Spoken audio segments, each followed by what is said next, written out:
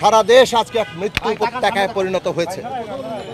এই সরকার একটা শান্তিপূর্ণ ছাত্র আন্দোলনকে নিজেদের জেদ, নিজেদের অসহিষ্ণুতা, নিজেদের ভেতরকার যে স্বৈরাচারী চরিত্র, সেই সমস্ত কিছুর একটা উদগ্র তাদের প্রদর্শনী তারা করতে গিয়ে আজকে সমস্ত ছাত্র আন্দোলনকে একদিকে অপমানিত করেছে, তারপরে তাকে ভয়ঙ্কর রকমভাবে দমন করার চেষ্টা করেছে।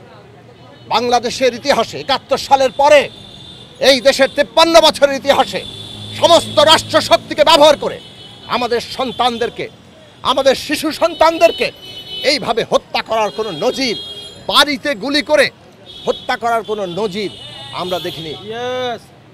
আজকে শত শত শিক্ষার্থীকে হত্যা করা হয়েছে। আমরা ন্যায় বিচার চাই, এই হত্যাকাণ্ডের বিচার চাই।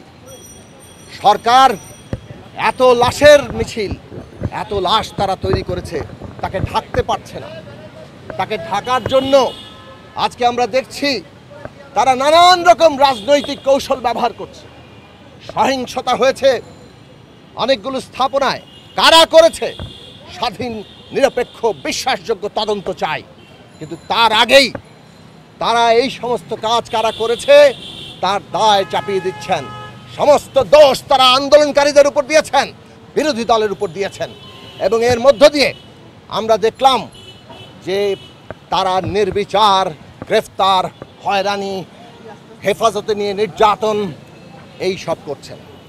আন্দোলনকারী নেতৃত্বকে তুলে নিয়ে তাদের উপর নির্যাতন করা হচ্ছে, তাদেরকে নিরাপত্তা দেওয়ার নামে তাদেরকে হেফাজতে রাখা হয়েছে। এই সমস্ত ঘটনাবলী আপনারা জানেন। আজকে আমরা দেখছি সরকার একদিকে বলে যে এই কাজ জামাত শিবির করেছে, তাদেরকে নিষিদ্ধ করতে হবে।